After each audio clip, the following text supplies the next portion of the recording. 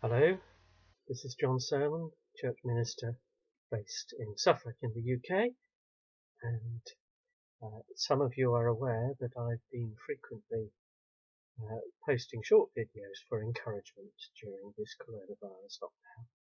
And one of the things I've been trying to encourage you, whether you're used to praying or not, is to try it. And that's part of how I'm hoping to encourage you all to develop or even begin for the first time a relationship with God through Jesus Christ. I had something that happened today which I think is relevant to tell you.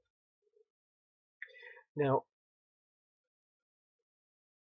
I realise that those of you who are in the shielding category, or if you're having to self-isolate with symptoms or for any other reason, you can't get out at all at the moment. For most of us, we do some limited getting about. I go for an exercise walk virtually every day, and in doing so, I encounter people inevitably. Now, obviously, we're careful if I greet someone to keep social distance and so on. But today, I had someone call over to me as I passed by some houses, waved to the people who were outside their houses talking to each other across the gardens. And one of them recognized me and said, that's Jon Sermon. I want to speak to him, so I stopped. I recognized the person by sight, but not that I really knew. It turned out to be someone I had met apparently by chance once before, getting on towards a year ago, when a friend and I had been walking through part of our town praying for the town.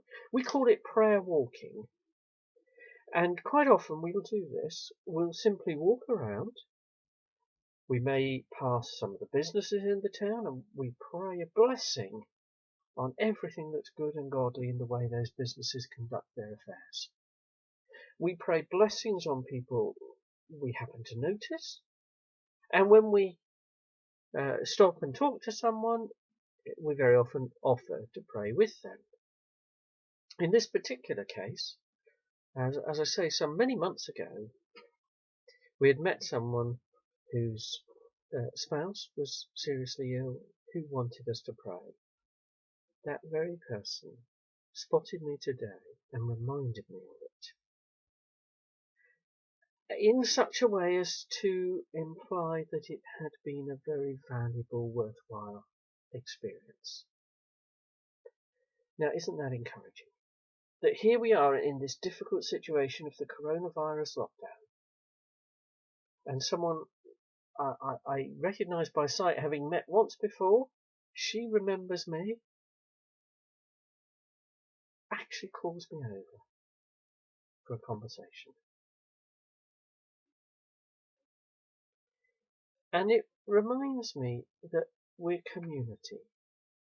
Whether you live in a small rural place as I do here in Halesworth, whether you live in a busy inner city or any particular environment, wherever you live, you also live with others, alongside others, whether you know them or not. And in very real ways, you become community with the people around you. And that's why I and others from the churches choose to walk around our community praying. As I say, we call it prayer walking. We find ourselves prompted into particular ways of praying because of who we meet or see or encounter or what we pass.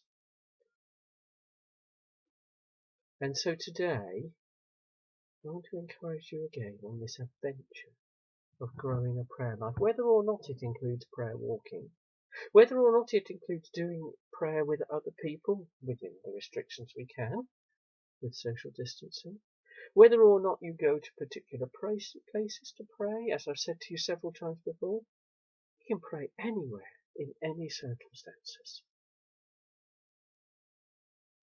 But knowing that we live in community with others, and knowing that our prayers can make a difference to others we meet, and knowing that as we develop prayer, we are growing in our relationship with God. Despite our difficult circumstances, that's an encouragement. God bless you.